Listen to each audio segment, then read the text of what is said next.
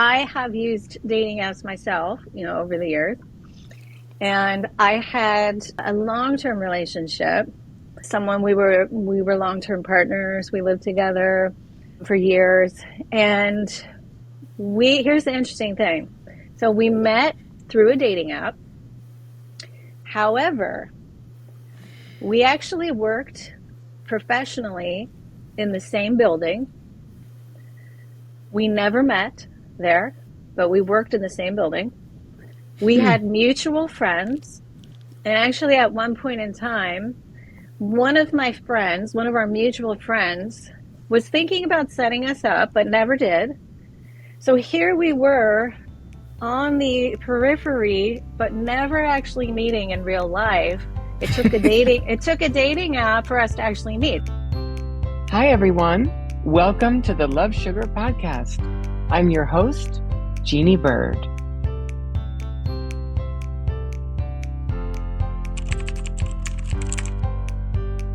Welcome to the Love Sugar Podcast, transforming love lives one bite at a time.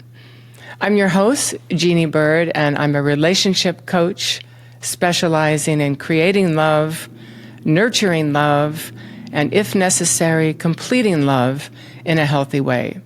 I also have a Master of Science degree in advanced health coaching and nutrition.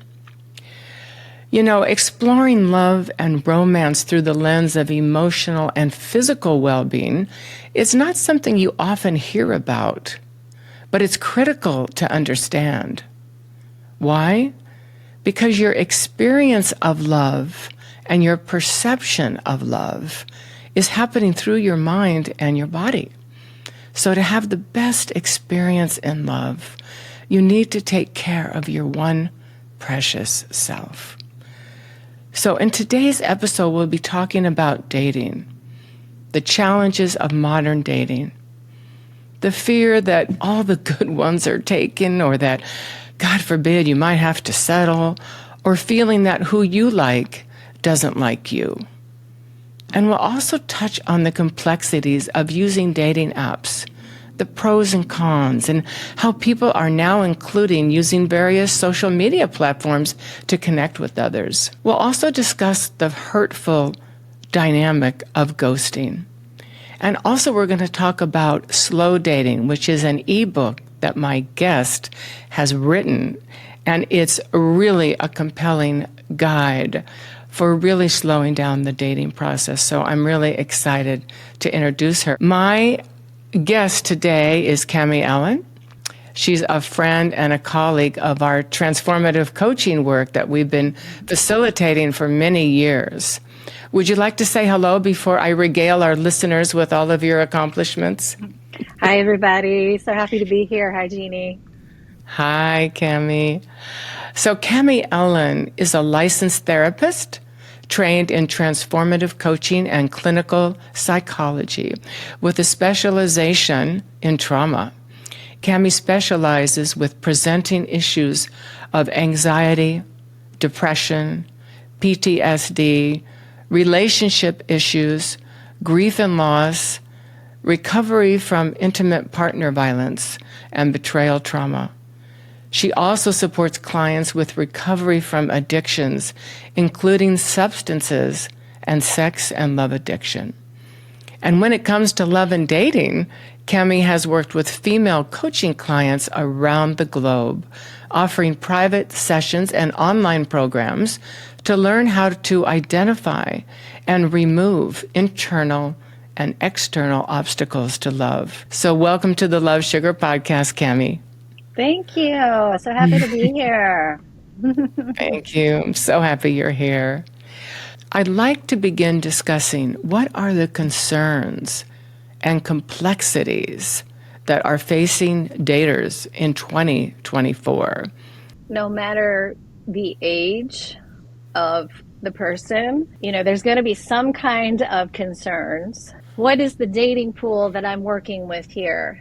And at this age and stage in life, is there going to be a candidate that has the qualities and the characteristics that I'm seeking, but also is wanting the same form of relationship that I'm wanting at this point in life. So being at a certain age and stage, and so the concern is finding someone who has the same vision as they do, which I think is really Yeah, important.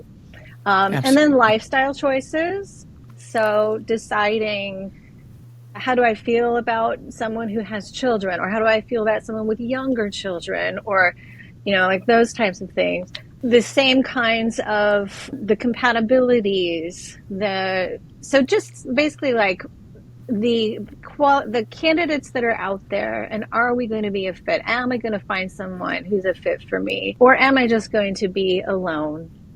Is a concern that comes up a lot. And then overwhelm with the whole process, I see a lot. Yes, So it's total just, overwhelm. I have clients that go on the dating apps and then they're just like, okay, I just can't do this. It's just too much. Because let's face it, there really are some pitfalls with dating apps. Although I do feel that they are a good tool. They're not the only way to meet people, but they are a good tool. So coming to terms with some of the pros and the cons of the dating apps, and then just the process of stepping into the dating world. So some Yeah. clients, maybe they have been in a long-term relationship for a while and it's been a while since they've dated. So that whole thing of getting back into this process of being a dater, and what that looks like. Yeah. Well, that's Yeah. really midlife dating. That's really, and most likely in midlife, you're on to this would be your second relationship that you're striving for, or maybe your third by this point in midlife, 50 plus. Is also, because you just mentioned something. So if you're coming into this after having multiple relationships, hopefully you have done your own work. You've learned, you've grown, you've expanded, you're more conscious, you're more aware, you're more confident, you're more boundaried. But the other concern that I see, has that other person done the same? Because it doesn't matter whether a partner is 20s, 30s, 40s, 60s, 70s, doesn't mean that they're at the same level of development. So that's a concern I see as well. Because a lot of people come into relationships in midlife with, they've been maybe 20 or 30 years in one relationship. And as a result of that, they might be, hey, I want more of that, or else I want nothing to do with that kind Right? of No, I dynamic. don't. It's like 180 out from those past relationships. So you're Yes. looking for something different. So you're right. It's a different context for even getting into relationships in midlife. But I'd like to speak a little bit more about the dating apps, because in this article that I read in the New York Times Magazine last Sunday about modern love, they're actually talking about the pros of dating apps for Yeah. people in this age group. And what I really loved about what they were talking about, and I want to share experience I had as well, is that they're meeting people that had they not had the opportunity to go on an app, they never would have met these people in their various walks of life. Oh, They would yeah. just not intersect. That's Yeah. what I love about it. Can I You know? share can I share a personal experience about that? Please. Yeah. So I have used dating apps myself, over the years. And I had a long-term relationship. Someone we were long-term partners. We lived together for years. And here's the interesting thing. So we met through a dating app.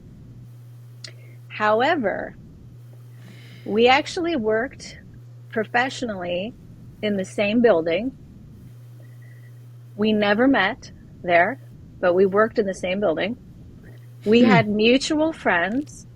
And actually, at one point in time, one of our mutual friends, was thinking about setting us up, but never did. So here we were on the periphery, but never actually meeting in real life. It took a dating app for us to actually meet. So I just wanted to share that story because that point that you're making, meeting people that you otherwise wouldn't have. But what if there are these people in your periphery and you end up meeting them through a dating app? So I agree with that point completely. I love that. Yeah. So you were concentric circles and not meeting Yes. until the co-creative energies of life said, "All right, it's time."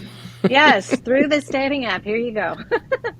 Yeah. Yeah, and I know when I was going through a divorce many, many years ago, and I, was always working in the film industry for 33 years in total.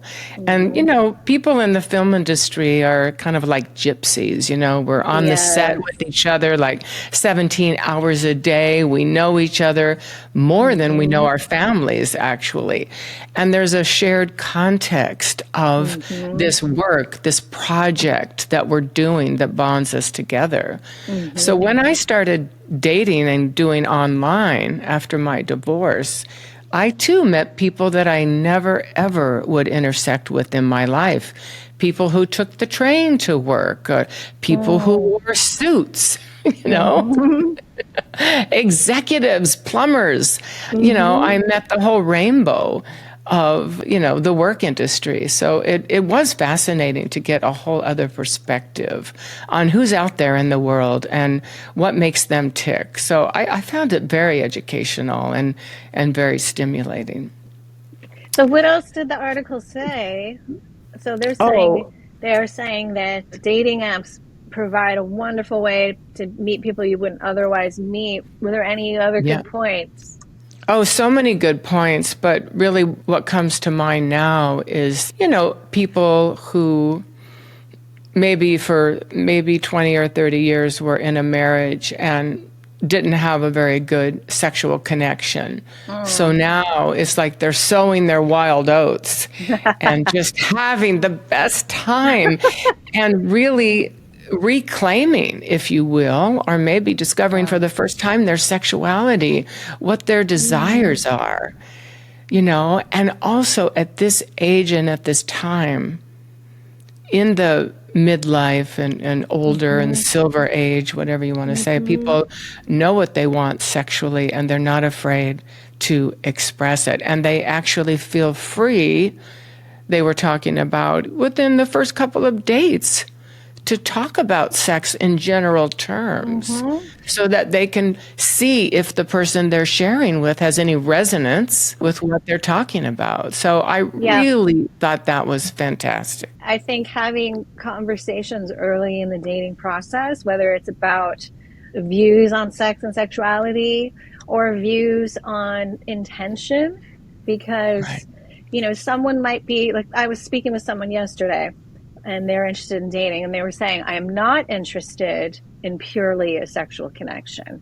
So they're really looking to find, they want to have a foundation, they want to build a connection, they want to have a sense of companionship, friendship, intimacy, and then have sexual connection on top of that. Great. So they would be wanting to make sure that they are clear on that. And is the other person a match? And then you might have someone who just feels like, well, right now I'm wanting to explore my sexuality. I'm doing it in a way that's safe, health wise, and it's consensual. And I'm very clear on where I am with that. I'm not looking for a commitment right now. The other person wants the same thing. So I think it's really important to have these kinds of conversations Yes. to determine, are we a fit in terms of what we're wanting relationally, sexually, or not? And then making Yes. decisions as the dater that are in alignment with that, so that there's no Yeah. confusion and also no disappointment, because a lot of times we are leading what is the next yes, what is the next no, but you have to have the sense of discernment about where you are, where the other person is, so that it then doesn't become confusing and disappointing. So, But it goes back to that relationship with yourself, mm-hmm. which is the determiner of everything and will guide you into your own unique discernment. I Mm-hmm. love that word, discernment. Yes. But feelings free within yourself knowing who you are is Mm-hmm. then going to allow yourself to have these conversations with others that are not triggering, but just expressing what Mm. your desires are, what your boundaries are, Yes. what you're looking forward to experiencing in a Mm-hmm. partnership. Yes. Yeah, I think sometimes people feel uncomfortable, like feeling like, oh, I can't talk about these things. It's too soon. I disagree with that. When you're having these kinds of conversations, it's really assessing for both people. And it's not saying, oh, I want these things and I want them with you. I mean, maybe you do. You don't know yet. It's too soon. But it's really just so that each person can set expectations and determine, because dating is all about getting to know the person to determine if it makes sense to keep dating. So you have to have these conversations because you might put out there something you're wanting and then the other person's like, "Oh, great, me too. So it makes sense for us to keep dating." Or, "Oh gosh, you want that? Well, I really don't want that. So it probably doesn't make sense for us to keep dating." So better to have those conversations sooner rather than later so you're not just kind of you know, doing something and investing time, energy, heart in something that doesn't make sense ultimately. Yeah, or I know I have had clients in the past who are on this, exact same journey, and Mm-hmm. they are so desperate to find a partner and so Mm-hmm. afraid to bring up certain aspects of life and what they're looking for Mm-hmm. that I had one client who went 10 months before she finally had the courage to express to her partner that she desired to have children. Mm, And he yeah. broke up with her the next day. Yeah, that is heartbreaking. Yeah. But I think you're making a good point there to talk about these things early on. As you said early Mm-hmm. on, and to what it's about, the confidence to be so aligned with Mm-hmm. your intention Yes. and to have that be your North Star, so that if Mm-hmm. you're talking to somebody, let's say on the third or fourth date, that you can feel free to say, I've set this intention with myself and I'm so excited because I can see that I am on the road to creating that intention, to manifest that Yeah. intention. Mm-hmm. And if somebody is not even like responding or looks at you like a deer in the headlights, then next, bless you on Yes. your journey. Bless Mm-hmm. you, Mm-hmm. you know. I have found so with clients and also my own personal experience, when I have done that myself with dating, like I remember sitting in a cafe on one of the first few dates with someone who ended up becoming a long-term partner. But I had that very same conversation that you were just role modeling there, saying, this is what I'm seeking, this is what I'm excited about creating in my life. And the man on the other end of the table said, wow, I want that too. That sounds Oh, incredible. I'm really excited about that too. And also got the feedback that, wow, you're different from other women. They're not speaking like this. They're not sharing in this way with its vulnerability and right. authenticity. I'm very attracted to that. So I just want to put that out there for anybody who feels afraid to be having these kinds of conversations. They're actually attractive and magnetic.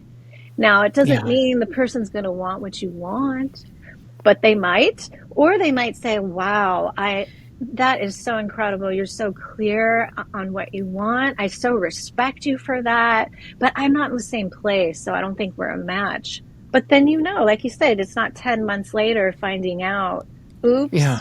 we didn't have this conversation and this is a deal breaker for us," right?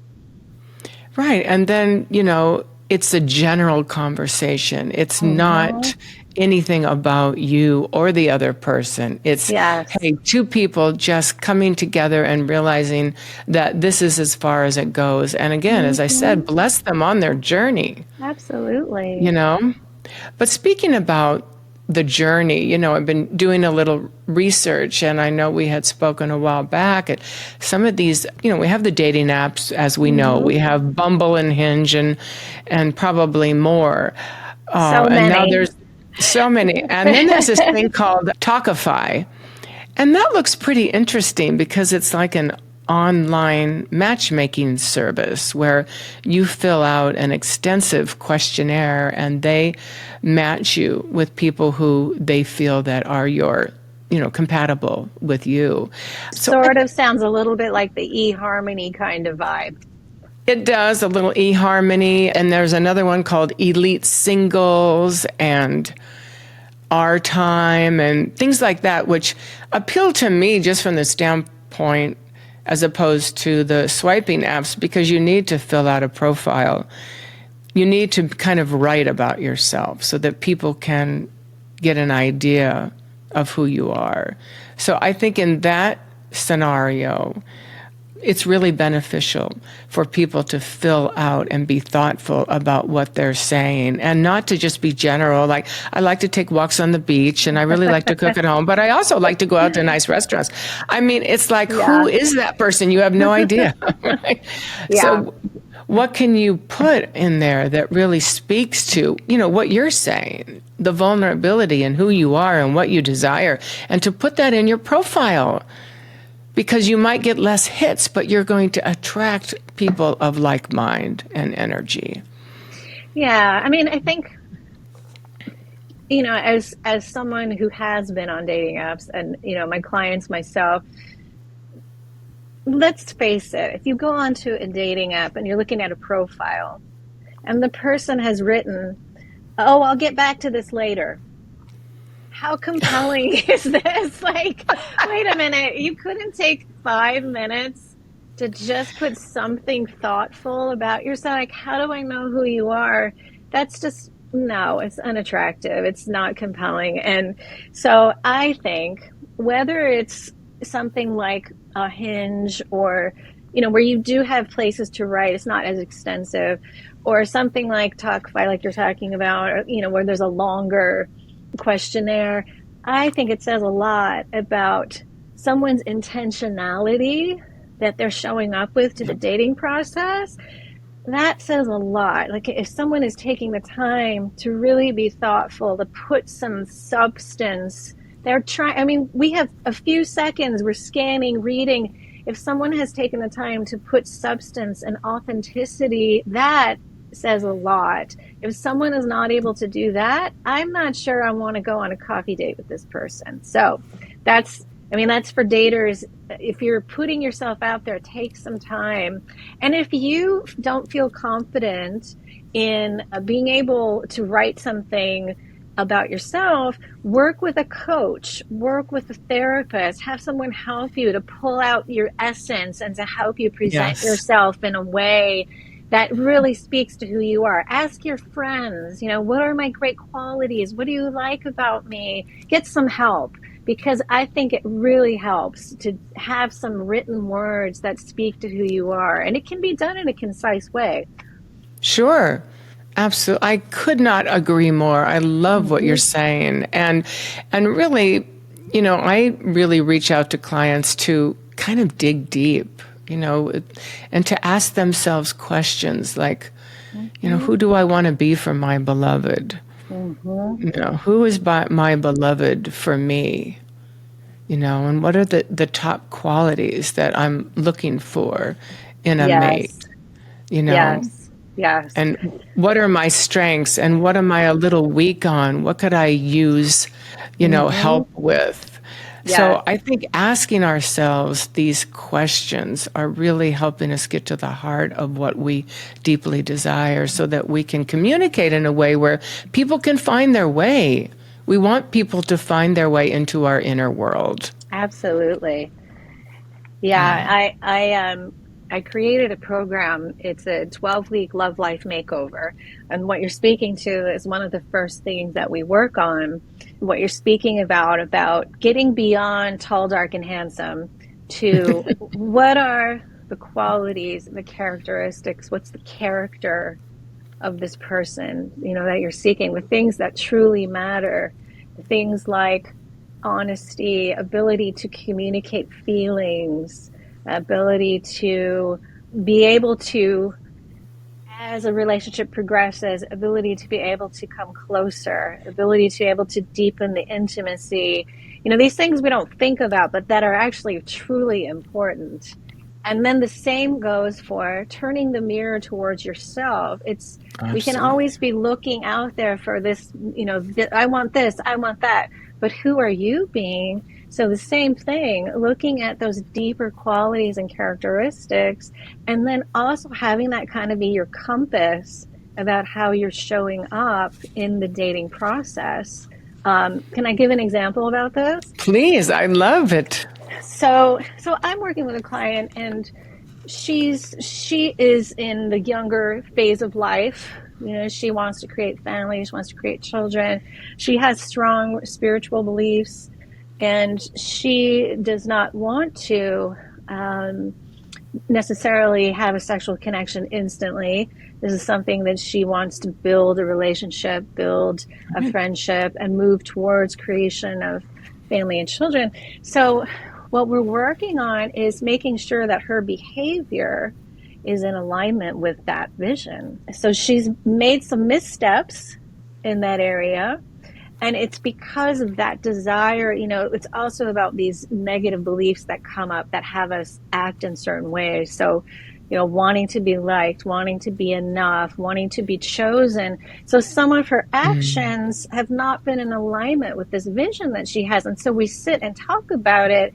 And, well, okay, so let's talk about your decision with that date and what happened, and how is that a match or not a match for your vision, and deciding, well, if these are the things I'm truly wanting, if these are my values, if this is for me something, sexually, that you're wanting to have this sanctity around, let's talk about if your behavior is a match for that. So it's not a shaming kind of conversation. It's really getting clear, is my behavior really intentionally aligned with my vision? Because when you're out of alignment, that's when the pain point Yes. really amplifies, right? And Mm-hmm. then you kind of go down the rabbit hole and you become so disconnected from yourself, you Yes. know? And so that's the problem, so that you become other focused and you're Mm-hmm. worried about the partner and you're sort of self-abandoning, Mm-hmm. So I love that you're pulling her back into being in alignment. It goes Yeah. back to what we were talking about in terms of discernment, right? Yes. I think too, what you were talking about, choosing, I think that's an important factor, especially for women in the dating process. I think for Mm-hmm. so long, women have waited to be chosen. Mm-hmm. And now that's not the case at all. We're the choosers. Thinking about things from the lens of, oh, my boundaries were not in alignment with his expectations. Okay. That's it. That's it. Yeah. Just coming from, it's not personal. But Right. my feelings, my needs, my vision, my boundaries, I honor those first. And if we are in alignment, wonderful. If not, it's okay. It's not personal. Absolutely. And sometimes, because we're humans, we might take an action. Like we might, sleep with somebody in the heat of passion, and that was not our Mm-hmm. intention at all. That wasn't in alignment, wasn't within our boundary. And so, but then, people tend to then beat themselves up. And we're saying, you and me, Cami, right? Don't beat Yeah. yourself up. Forgive Yeah. yourself. Forgive Yeah. Can yourself. I speak about that? Another Yeah. example? Yeah. So a different client, and they had a few dates. So client is feeling like, oh, I'm attracted, and he's stylish, and he's, attractive, and our conversation, we get along so well conversationally, we have so much chemistry. He's making all the plans, he's picking me up, he's opening my door. This is so wonderful. I'm loving this. Date 3, they sleep together. She actually had to stop in the middle of the sexual activity because it was not feeling good. It was very aggressive. It was just not working for her. Right. So so we talked about how the older her, before working on herself, would have continued because she doesn't want to disappoint the other person. I'm just going to continue to move forward. But instead, she said, "Wait a minute, this isn't feeling good to me. This isn't feeling good emotionally. This isn't feeling good physically. It's not working. I have to pause." And that's really honoring herself. And then they were able to talk about it, and they talked for the rest of the night about it. But then he ended the relationship by text a few days later. And she came to me and said, "See, I'm never chosen. I'm not enough." Mm. And so we talked about, let's look at these beliefs. Let's reality test these beliefs. Let's look at what really happened here. And the fact that after 3 dates, you don't have you had all these things that were, oh, well, this is feeling good. We have this connection. There's the chemistry. Wonderful. But you didn't know yet what could be possible here. And after we kind of probed a little bit into some of the things that she had learned, well, this is somebody who's had a couple of long distance relationships prior to this. So there's some Mm. clues and some red flags that actually having a deeper level of intimacy is not in his wheelhouse right now. Now, is that her not being chosen? No. Is that her not being enough? No. And there wasn't enough evidence. There wasn't enough, to tell, is this something that makes sense for us to go deeper with emotional intimacy?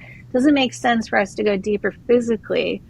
And, and this isn't, we're sex positivity here and choices. And if someone wants to have sex at a different point in time than someone else, there's no judgment there whatsoever. But for Right. this particular client, she is wanting something that is deeper, that is more connected. And it became clear that wasn't possible. But we want to be really careful about these negative lenses that come into play, that I'm not enough and I'm never chosen. So I want to hear your thoughts on that, because I know you're Yeah, on the same page about that.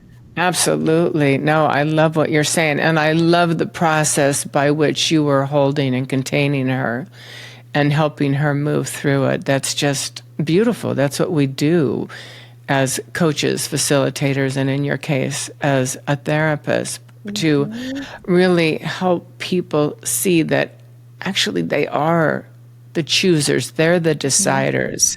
Yes. And, you know, I know that when I tell my clients, in terms of the whole sexual thing, since you brought it Mm-hmm. up, and, Mm-hmm. I say if you can really honestly have a sexual experience with somebody that you're not sure is the one and you're Mm-hmm. just exploring, Mm-hmm. but if you can get out of that situation, go home that night or the next morning fully loving yourself, then I say go for it. Go Yeah. for it. Have that sexual experience. But the problem is that, first of all, women tend to bond quicker Sure. than men. Oxytocin. And that's right. So Yes. that is factoring into it. So it's a challenge, but I think there's nothing wrong with it. You No. just have to know yourself and what your Mm-hmm. expectations are of yourself, and not to put whether it goes well or badly on the other person. It's you. Yeah. You're the chooser. Yeah, Yeah. absolutely. Absolutely.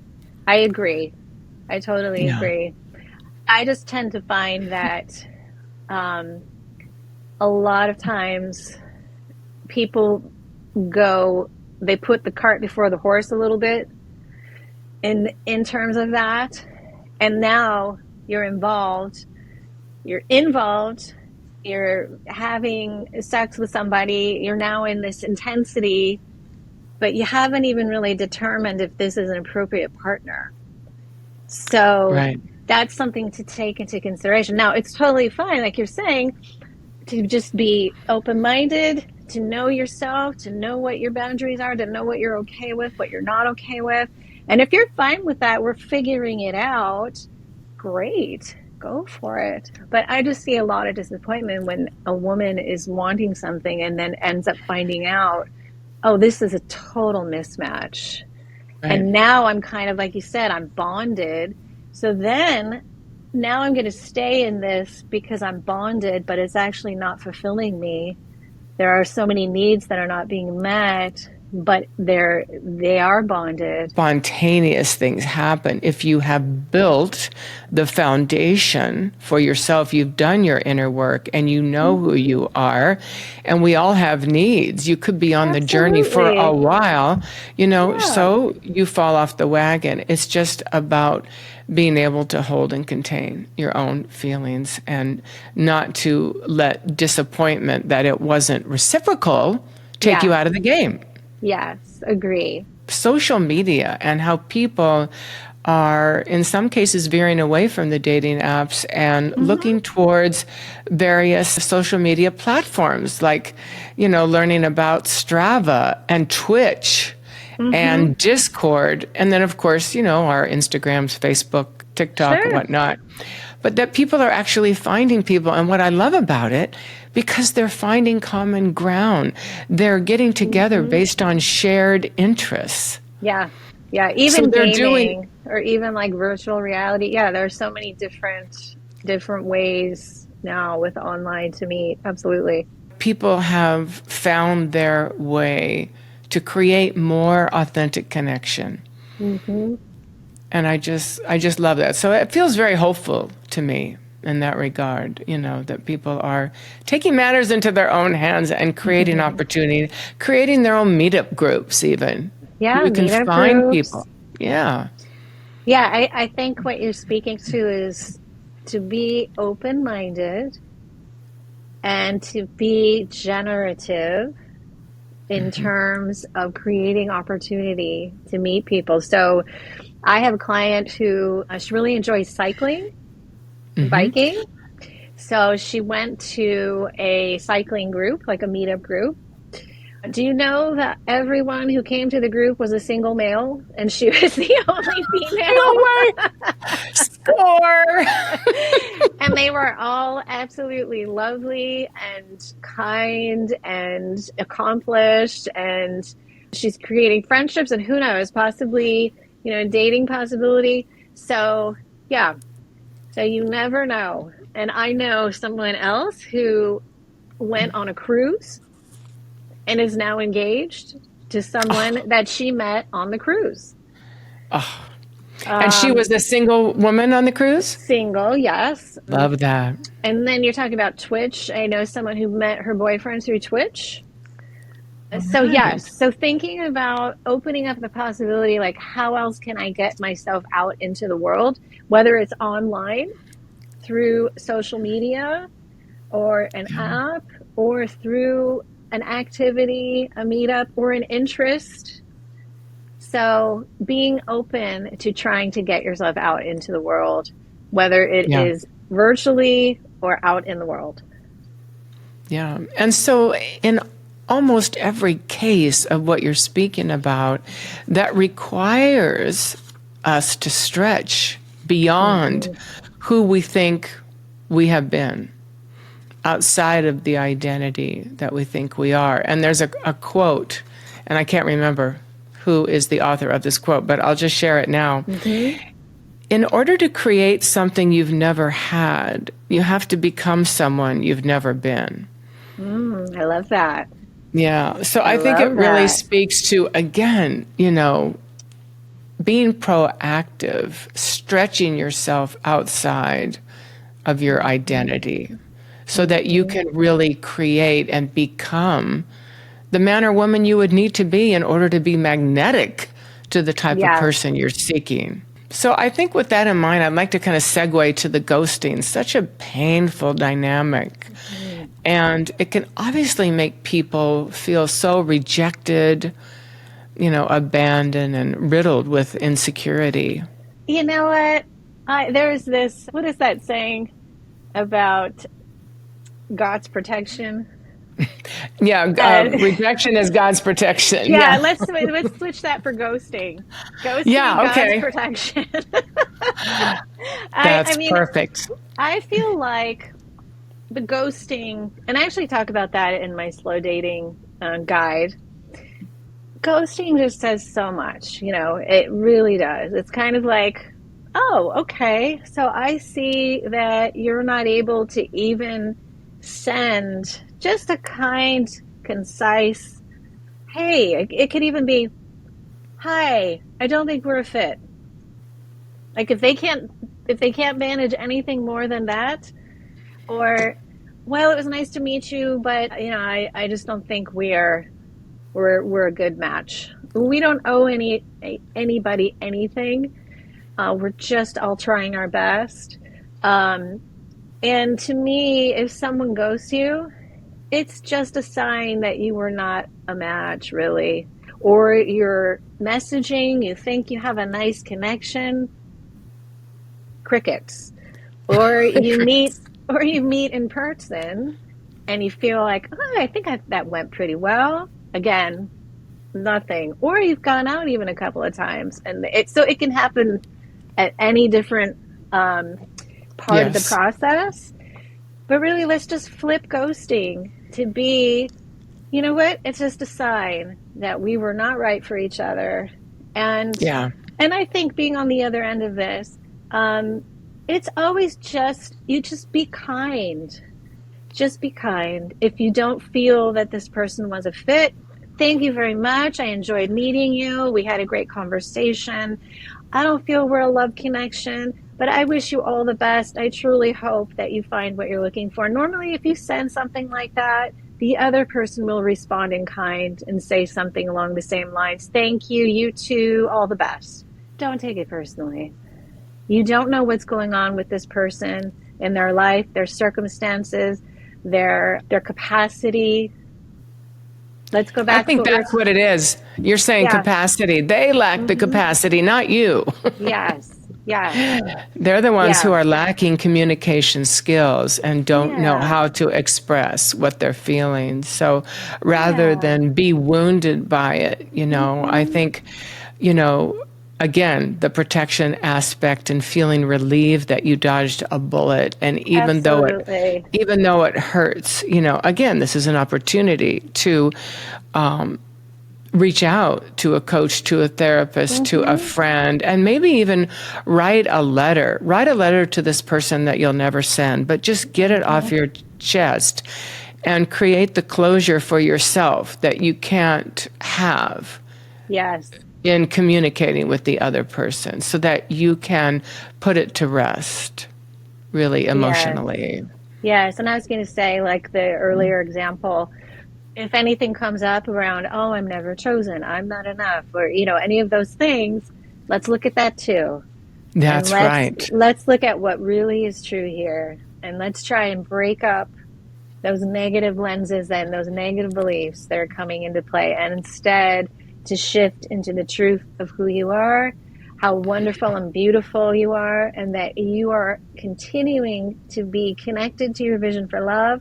This person was not it, and you are still going down your path towards creating that. And thank you for letting me know that you're not a fit for me. Yes. And thank you for showing me who you are. Yes, yes. Since we both have this shared background of transformative coaching and also Mm-hmm. with your therapy license, of course, let's dive into developing the capacity to really love, trust, and honor ourselves so Yeah, that we can really become the men or women we need to be to attract that yeah, partner that really yeah. will fill us up, you Hmm. know? Yeah, when you're speaking about this topic, I'm thinking about a client recently who we were talking about this idea of trust, of the self trust, Yeah. and about how we were speaking earlier in the podcast about learning from prior relationships and breaking up old ways of showing up that are not supportive of having the kinds of love and partnership that we're desiring.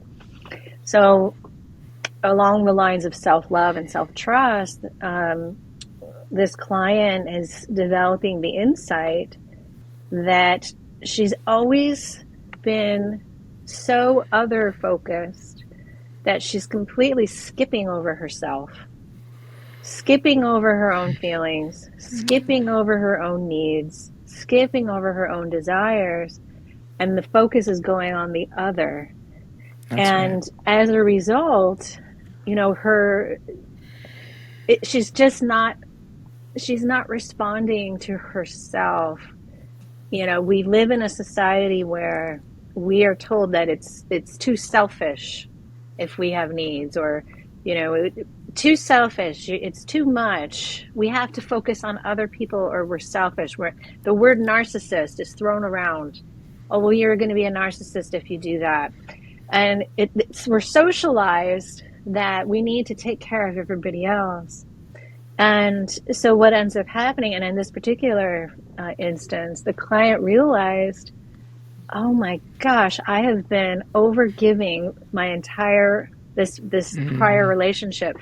I was overgiving, overdoing, over everything this entire relationship, skipping over myself. I'm exhausted. I'm depleted. I'm resentful. Yay, she named it. Yeah, because I am not getting any of my needs met here. But then being able to see, oh my goodness, I have skipped over myself. And now we're working on the pivot of my needs come first, my desires come first. I fill up my own tank first. That's right. And then I decide, now that I've filled up my own tank, now I'm more available to be there for others, but from a place of, well, what's my authentic yes? What do I authentically have to give? What's my authentic no? What are my boundaries and limits that I'm respecting because I am listening to my self-trust, my self-love? Now my lenses are more, I have more clarity in my choices. Absolutely. In who I am attracting, because someone is going to be attracted to me because I do love myself. I do trust myself. And that's attractive to this particular partner. Whereas maybe another partner wanted the version of me that didn't have all of that. Like, oh, you're going to be all focused on me. Everything's going to be about me. I like that. I want to sign up for that, you know? Yeah, you're going to make me a worse narcissist. Yeah. So this idea of having our compass be our self-trust and not feeling guilty. I see this a lot. You probably do too.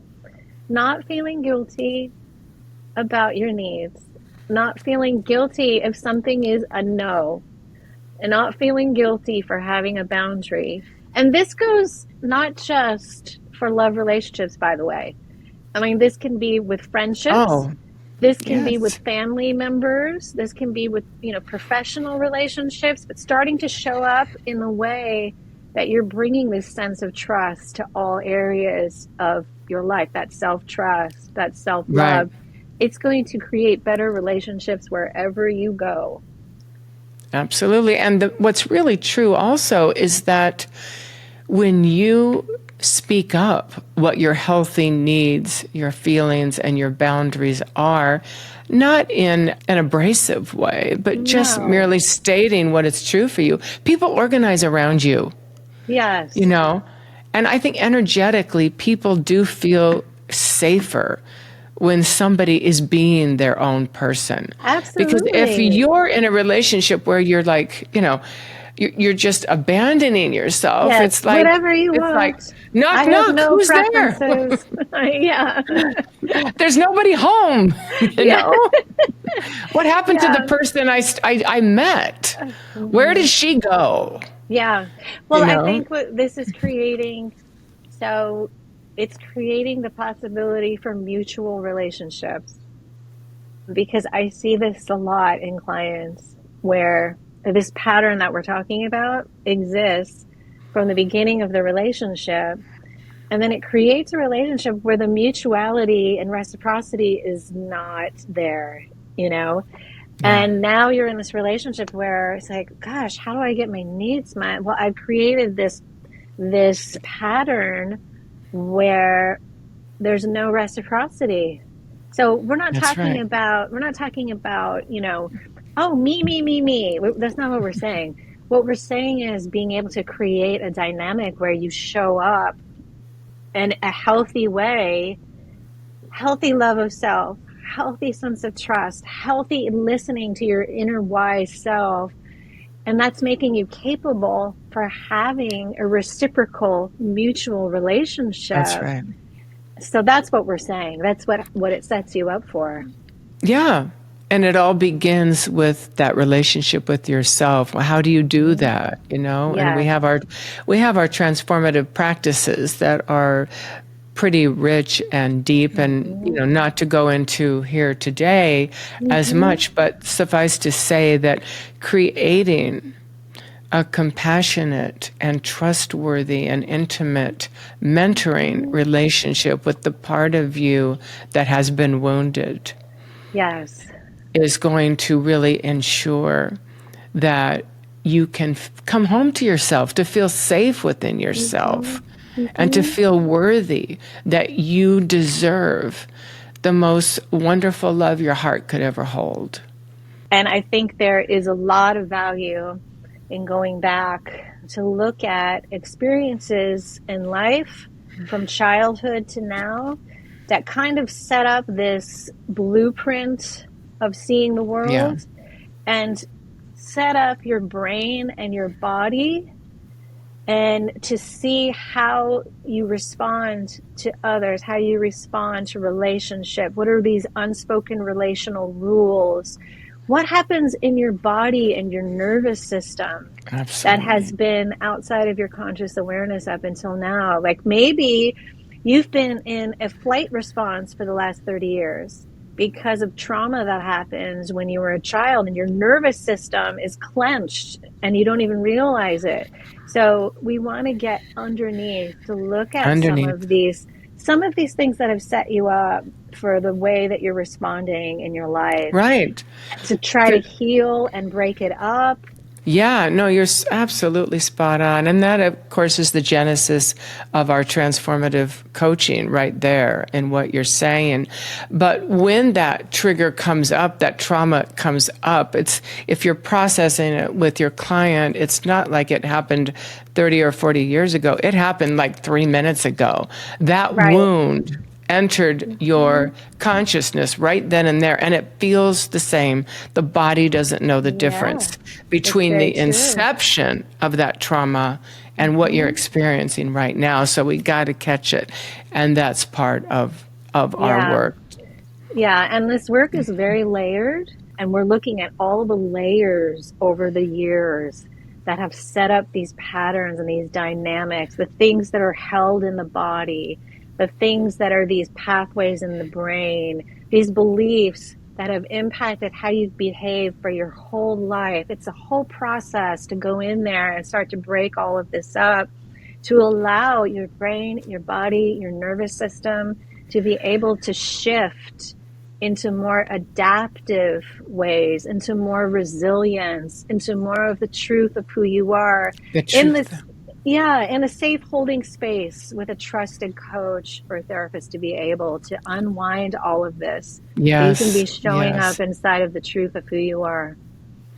I love that. And that's the goal. That's the goal. And for us as facilitators to create that safe container Mm-hmm. where your client can explore Mm-hmm. that and really be able to then close the gap between where they are now and what's really Mm-hmm. possible for them in their life, and to heal that wound, because as I always say, the past doesn't get the final say in your future. No. You do, Yeah, you absolutely. know. Yeah, and one more thing on this too is I really think it's important. to have a relationship with your younger self or selves.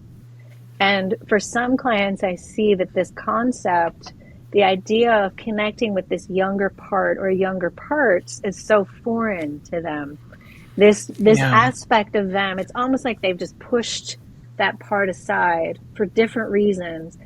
So starting to connect with these younger parts, starting to create relationship with those parts, it can be very healing. Because the relationship that you have with yourself will be the determiner as to how relationships with others will go in your life. Mm-hmm. So if you're abandoning yourself, if you are, again, if you're criticizing yourself, most likely you were criticized a lot in childhood, right? So Yes. criticize people, criticize, right? Yeah. So we want to learn to become really compassionate and loving parents to our own younger selves Mm-hmm. so Yeah. that we Where are can those give voices? them, yeah, Where are those yeah, voices and, coming from? Are those your voices? Who said that to you? Let's figure this out. What yeah. is the Who's talking origin right now? story? Yeah. That's Yes. I'd like to segue now into your wonderful ebook, Slow Dating, so that you can share with our listeners really some of these elements that you brought forth that are just so potent. So, I, of course, read it and I would like to Oh, comment, but I'd like you to begin with, what are some salient points that you'd like the listeners to really be aware of right now? yeah. The slow dating is that you are actively engaged in the dating process. So everything we've been talking about today, whether it's on dating apps, out in the world, activities, but you're out there dating, but that you're really moving outside of this idea. We live in this world today where it's like we want it yesterday. We want everything instantly. I want to hit a button and I have my food and my packages and this and that. It's the same thing, with, oh, I want my match, I want it now. And so it's starting to be a little more intentional and moving outside of intensity, the 0 to 60. We have all of these in movies and TV. We're sold also this idea that it's like 0 to 60 is the way to go, and intensity equals intimacy, but it really doesn't. Or these rules, like, oh, it's been 3 dates. You know what that means? Or any of these things. To just instead to be inside of um, honoring your own boundaries, dating in alignment with your vision, not mistaking intensity for intimacy, deciding, like we've been talking about with sex and sexuality, staying in alignment with where you are, whatever that means to you, honoring Yeah. where you are with that. Not falling in line with oxytocin bonding and now in a relationship you don't want to be in, ignoring red flags, not learning enough about a person to be able to assess if they actually are a fit, getting into a relationship too soon, all these things that we've been talking about. So slow dating, I also call it sober dating. And when I Right. talk about sober dating, I'm not meaning alcohol free, although, I do think it's a good idea to not be, relying too heavily on alcohol when you're dating. But when I say sober dating, what I mean is emotionally sober. Yeah. You're really intentional. You're really tuning in. You're really listening. You're really giving yourself the time and the space and allowing the spaciousness so that you can do all of the things that we've been talking about today. Also allowing yourself to maybe even date maybe differently than you have. So maybe allow yourself to step outside of this box of attraction that you've been in, thinking like, well, I'm only attracted to this or I'm only attracted to that. Maybe allowing yourself to see if a connection can develop with someone who wasn't your type. Yes.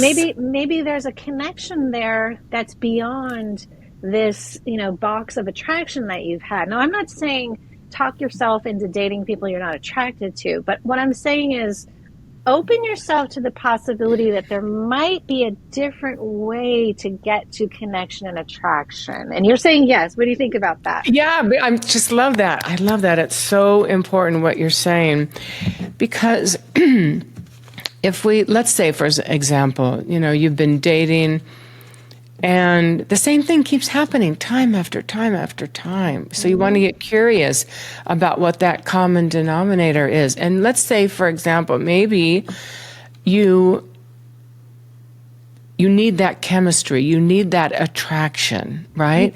And so you keep going for that, and it doesn't end well time and time again. Well, you really want to start looking at what is your definition of chemistry and attraction, and what has been your history with that. Maybe it is that you have a very skewed idea of what love is. It's got to be this chemistry, but it could be that you're operating under a false identity, Yes, or back to what I said about the trauma. Maybe it's the trauma is influencing you. People, that are connected to patterns from childhood. Right.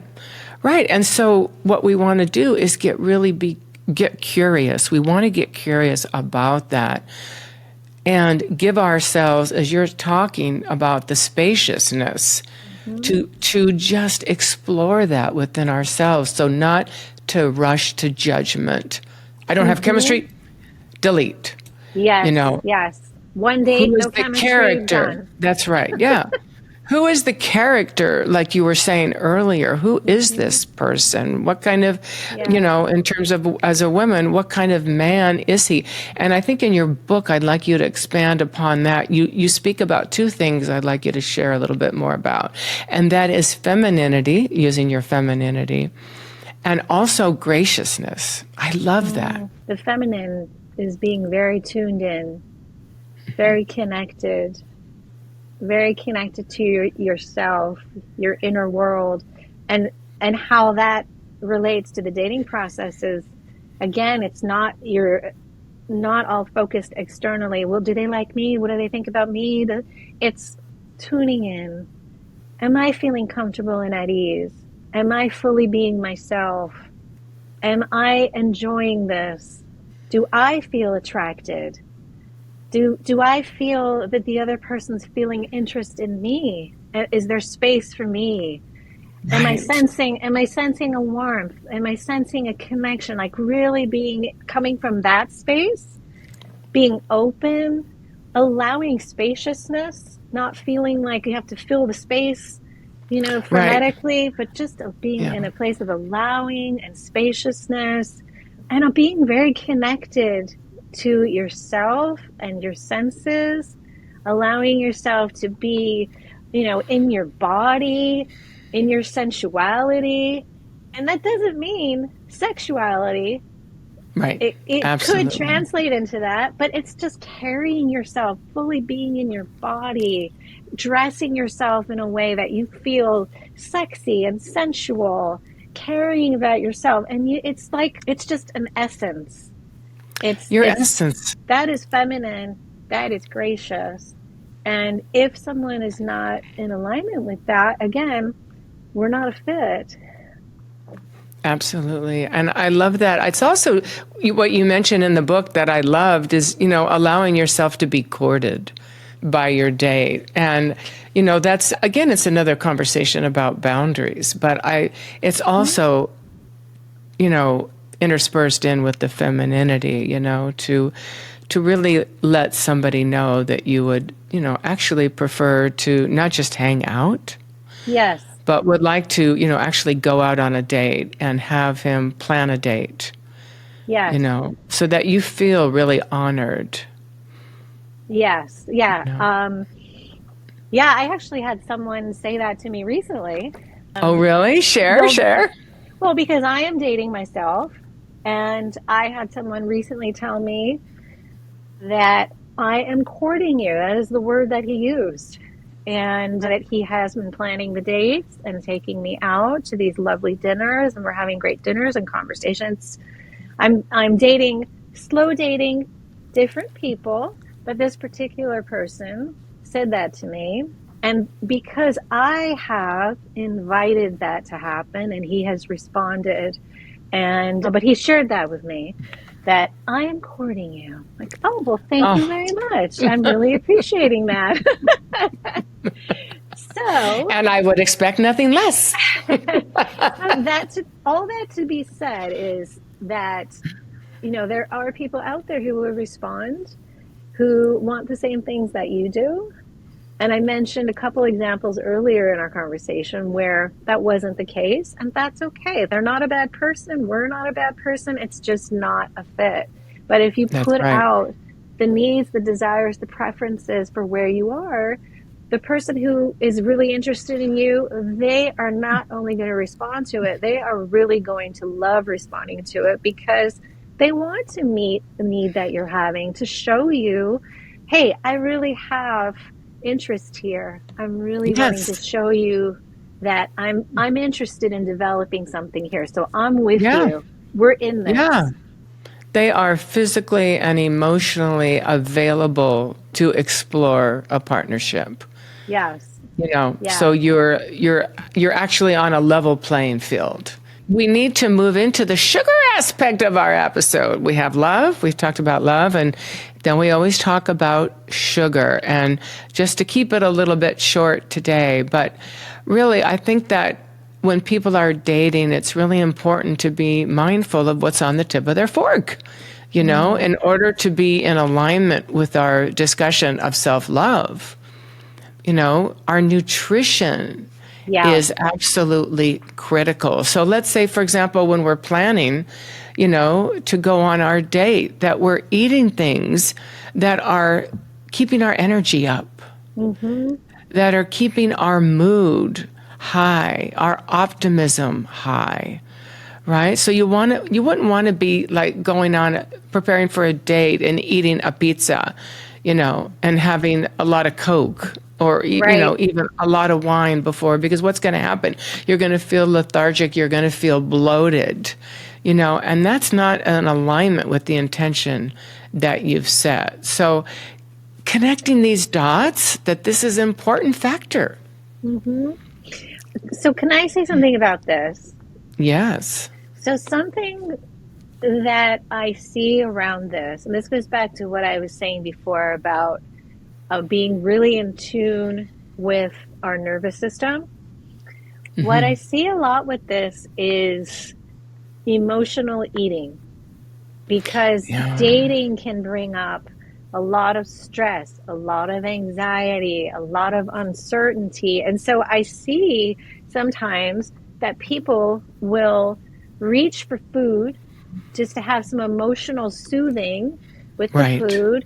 So, being able to continue to stay connected to yourself and any of these thoughts, feelings, anxieties, uncomfortable feelings or body sensations, to first connect to all of that, and don't skip over that with a bag of chips or Ben and Jerry's or whatever your go-to is, but instead to spend some time to be with those thoughts, those feelings, those body sensations.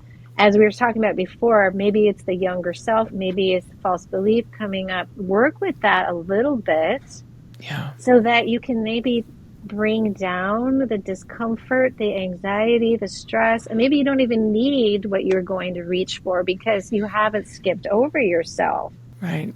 And I think, doing deep breathing, Mm-hmm. working with your younger self, of course, taking a look, before you actually bite into what you're about to put in your mouth, and just asking Mm-hmm. is this for me? Is Mm-hmm. this for me? Or is this against me? Is this in Yeah. alignment with my intention? Or am I Mm-hmm. running away? Mm-hmm. So that's the kind of mindfulness that I think is really important as it pertains to eating, dating, living. Yes. There's a quote from, I'd like to just say here, this quote from Little Buddha. Our diet is not only what you eat, it's what you watch, what you listen to, what you Oh, read, yeah. the people you hang around. Be mindful of the things you put into your body emotionally, spiritually, and physically. Mm-hmm. Right? Mm-hmm. Yeah.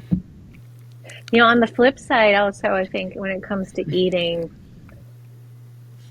sometimes I see people restricting themselves when they're on dates. Like, Yeah. I don't want to, oh, I can't eat this or I can't eat that. And when we talk about the femininity being connected to self, I also want to encourage people, allow yourself to enjoy. Allow yourself to be on a date and have something that you truly enjoy, that tastes delicious, and you're enjoying this experience with this person and this conversation, and you're enjoying what you're eating as well. Allow all of your senses to really be present. Allow yourself to feel like you can. We're not talking about overindulging, but Right. just, Right. I'm enjoying this moment. I'm enjoying this bite. Yeah. I'm enjoying this conversation. It's okay to enjoy and to really be in this moment. I love that. That's so true. And the word that comes up for me that's really speaking to that is the word savor. Oh, yeah, savor. That is a great word. Just Savor. savor the experience, savor, the party in your Mm-hmm. mouth that you're having, savor the connection that you're having with another human being as you share a Mm-hmm. meal together. It's just a beautiful human experience. And I just love Absolutely. that. So, Cami, my dear, I think we are moving towards the end of our time today, and I cannot thank you enough for this really rich and heartfelt conversation. And I'd like to just leave with just one little tip. I like to call it one small thing challenge for a particular episode that you would like to share. And in case you can't think of anything right now, I'll start out with my little thing that I Sure. would like to share with our listeners today. And it's very small, but Mm-hmm. I really encourage people to take time with this. Mm. And that is to sit down, carve some time out for yourself, Mm-hmm. and sit down and make a list. Bring a pen and paper and get grounded in the truth of who you are. Feel, as Cami was talking about, your femininity, your essence, Mm-hmm. the truth of who you are. And take stock of all of your strengths and accomplishments. What are your wins? What are your resources? Where have you been showing up in life that you're really proud of? And I want you to write those down in very large letters. And then I'd like you to read them back out loud to yourself and let them just Mm-hmm. permeate every cell of your being, because that is your truth. It's your lived experience. You're not making it up. You're Mm-hmm. writing down your lived experience. It's true for you. So rather than spending time on all the things you're not or that you're wishing for, spend time on who you have been being and what Mm. you can take pride in. So Yeah, that is a tip I would like to share with our listeners. And love it. yeah, I wonder if you Yeah. have something that you'd like to share. I mean, what's coming to me, and I think it kind of wraps up our conversation, is clarity and boundaries. And what I mean by that is, and it's sort of starting with what you're talking about, the clarity of who you are, the qualities and the characteristics that you possess, and then the clarity about what you're seeking in partnership, and who, not only what the partnership is, but also who that other person would be, their qualities, their characteristics. Yeah. And then all of that is going to inform your boundaries and your decisions and your choices. So it's clarity and boundaries. That's what my tip would be. I love that. So important. Yeah. So thank you, Cami, for coming on the Love Sugar podcast. Thank you, Jeannie. It's been a pleasure. Thank you so much. So, would you like to share how our listeners can reach you? Oh, sure. They can go on. So they can go on CamiEllenCoaching.com, and it's with one L, CamiEllenCoaching.com. All right, perfect. And I will make sure that I put the ebook in the show notes. Oh, wonderful. Yeah, I'd love to share that with everyone. Yes, all right. So thank you for listening. And as always, remember to take care of yourself first. Thank you for listening and for watching if you're joining us on YouTube. If you got value out of this conversation, be sure to hit that subscribe button and the notification bell so you know when the next episode of the Love Sugar podcast drops. Until next time, always take care of yourself first.